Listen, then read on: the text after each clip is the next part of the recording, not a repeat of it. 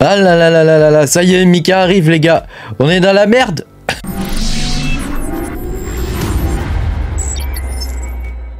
Bonjour les amis, je suis très content de vous retrouver pour cette nouvelle vidéo hein, où on va parler de Mika et puis de ce qui est en train de se passer sur les sexes, hein, donc sans mauvais jeu de mots. Pense à mettre un petit pouce bleu et à t'abonner à la chaîne, hein, ma petite chaîne. Voilà, je te rappelle que tu peux me soutenir en allant sur patreon.com/makertronic, hein, tu peux voir mes vidéos en avance. Alors donc oui, donc c'est sans mauvais jeu de mots, hein, il est en train de se passer toutes sortes de choses sur les sexes, n'est-ce pas, hein, donc les Centralized Exchange, hein, bien entendu, hein, je ne parlais pas d'autre chose. Hein. Donc pour le coup, j'ai reçu ce mail, hein, cher Valued Customer. Bon, je vais pas le lire en anglais parce que j'ai vraiment un mauvais accent, je comprends bien, mais j'ai vraiment un accent de merde. Hein. Faut quand même dire ce qui est. Donc à partir du 31 mars, hein, qui est une date effective, hein, donc il va y avoir des assets, hein, donc des cryptos qui vont être affectés. Donc tout ce qui est les cryptos stacked qu'il y avait sur crypto.com. Donc là, en l'occurrence, c'est le mail de crypto.com, mais j'en ai reçu d'autres, hein, Nexo, etc., etc. En gros, toutes les plateformes qui ont été régulées. Hein. Voilà, tu as le DAI. Tu as le liquide CRO, le Pax Dollar, le Pax Gold. Alors celui-là, ça m'embête un peu plus, hein, le Pax Gold, hein, parce que je suis un grand fan. Eh oui, tu ne le sais peut-être pas, mais je suis un grand fan du Pax Gold. Voilà, l'USDT, hein, donc ça c'est embêtant aussi, hein, parce qu'on ne pourra plus vraiment faire de transfert en USDT vers ces exchanges-là. Il faudra utiliser comme voie palliative l'USDC.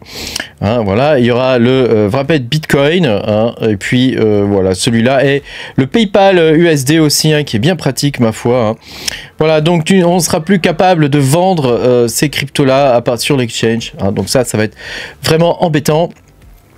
Donc là, moi, ce que je peux te conseiller, alors c'est pas vraiment un conseil, hein, mais ce que moi je vais faire, c'est que je vais transformer tout ce que j'ai en USDT en USDC. Tu vois, histoire de pas être embêté, parce que si jamais tu as une somme relativement importante quand même en USDT, normalement ça doit continuer de fonctionner. Mais il faut pas oublier aussi que tu as les travel rules, hein, je crois que ça s'appelle comme ça. Hein. C'est-à-dire que dès que tu envoies un peu de crypto sur ces exchanges là, et bien ces exchanges te disent bloque déjà ton envoi, et ensuite ils te disent d'où vient l'argent, à qui est ce wallet, blabla, enfin voilà, ils te posent plein de questions.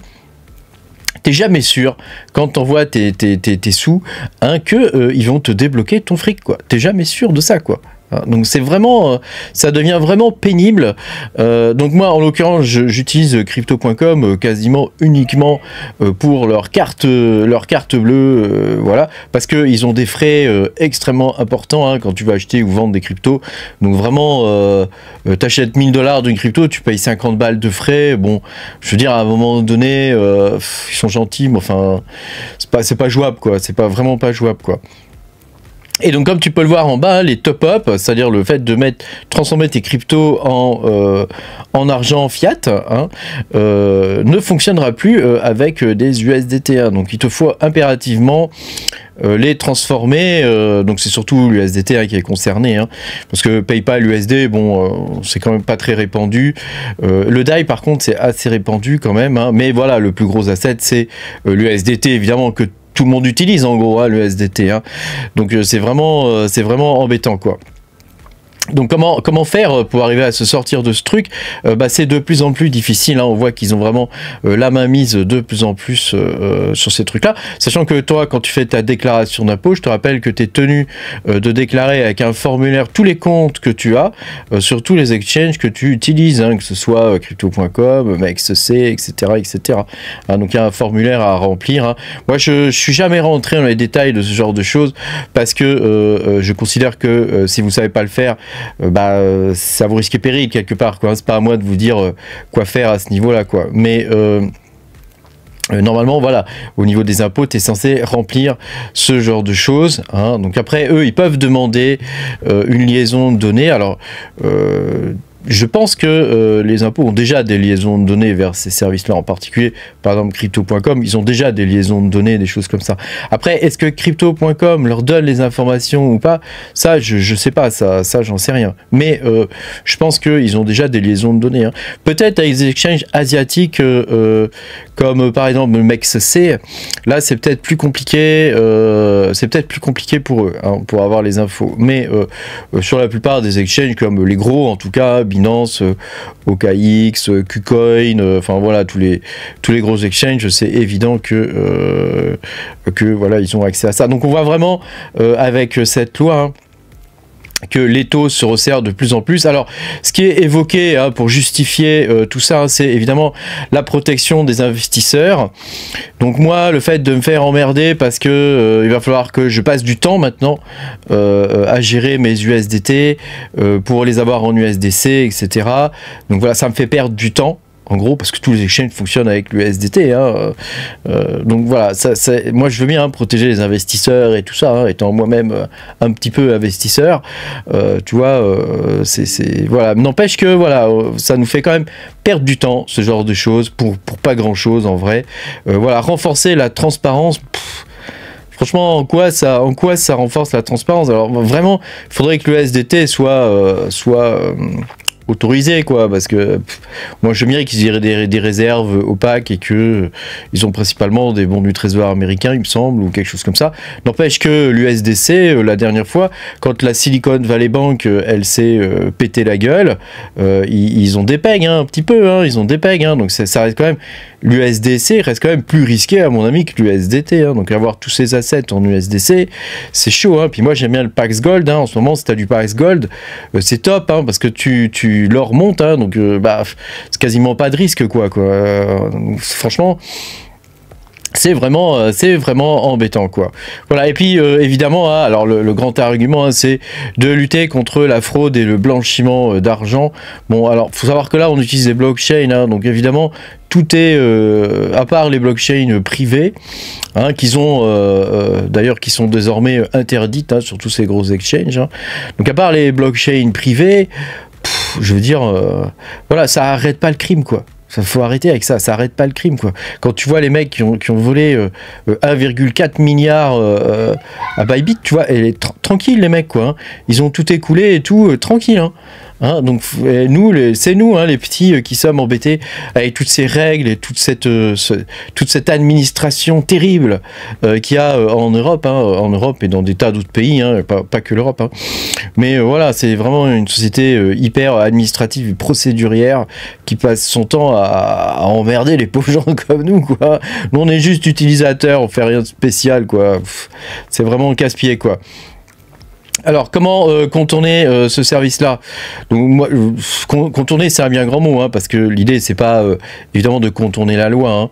L'idée, c'est plutôt d'arriver à faire ce qu'on fait habituellement. Hein, c'est-à-dire envoyer ses cryptos sur des exchanges, pouvoir faire des échanges, parce que ça sert à ça les exchanges, pouvoir faire des échanges et récupérer ses cryptos sur son propre wallet. Hein.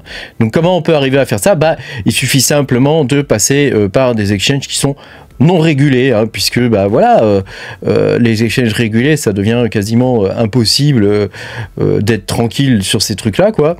Donc le jour où tu veux top up, hein, c'est-à-dire où tu veux transformer ton fric en fiat, là, il faut que tu indiques évidemment la provenance de tes sous, mais sinon, voilà, tu es obligé de passer par des exchanges non régulés, comme par exemple MEXC, qui n'applique pas ce genre de choses. Je te donne un exemple, hein, mais il y en a des tas d'autres, hein, SafeTrade, je sais pas moi, Tradogre, tu vois, tous ces exchanges un peu, comment dire, voilà, il y avait Xagex, hein, n'est-ce pas, hein, voilà, tous ces exchanges un petit peu dangereux, hein, où il faut pas laisser ses sous dessus, hein.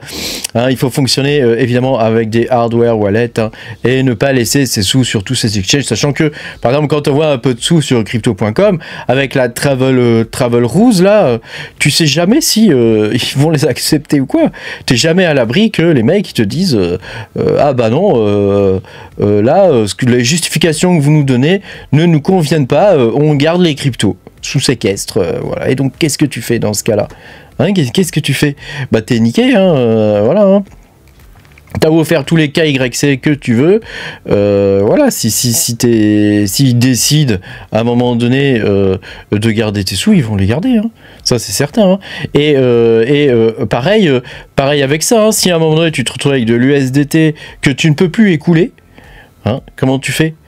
Hein, comment tu fais? Alors évidemment, tu passes par des exchanges, etc. Tu dois pouvoir les transformer en USDC, mais je veux dire, c'est vraiment compliqué la vie des gens pour rien, quoi. Hein, c'est vraiment compliqué la vie des gens pour rien. Donc faites attention, hein, si vous avez des USDT sur des exchanges qui sont régulés, faites gaffe parce que déjà, comme je dis toujours, hein, ne laissez rien sur les exchanges, hein, mais faites gaffe parce qu'ils pourraient les bloquer. Hein, ça dépend des exchanges. Hein. Là, en l'occurrence, ici, ils nous disent que simplement, on ne pourra plus les échanger en fiat. Hein, mais rien ne nous dit que dans 6 mois, ils nous bloquent pas les USDT pour les échanger vers autre chose. Donc là, par exemple, si tu as des USDT sur crypto.com, tu devras d'abord les échanger en USDC, donc payer des frais, évidemment, pour ensuite pouvoir top-up sur ta carte de crédit pour pouvoir utiliser et dépenser un petit peu tes cryptos, quoi. Hein, voilà, en gros, c'est ça, quoi. Voilà. Et puis évidemment, bon, tu as tout ce qui est prime margin, etc. Bon, ça, c'est là, on rentre plus dans les milieux professionnels de la crypto. Moi, je fais pas de trading de ce genre-là. Hein, voilà. Donc après, voilà.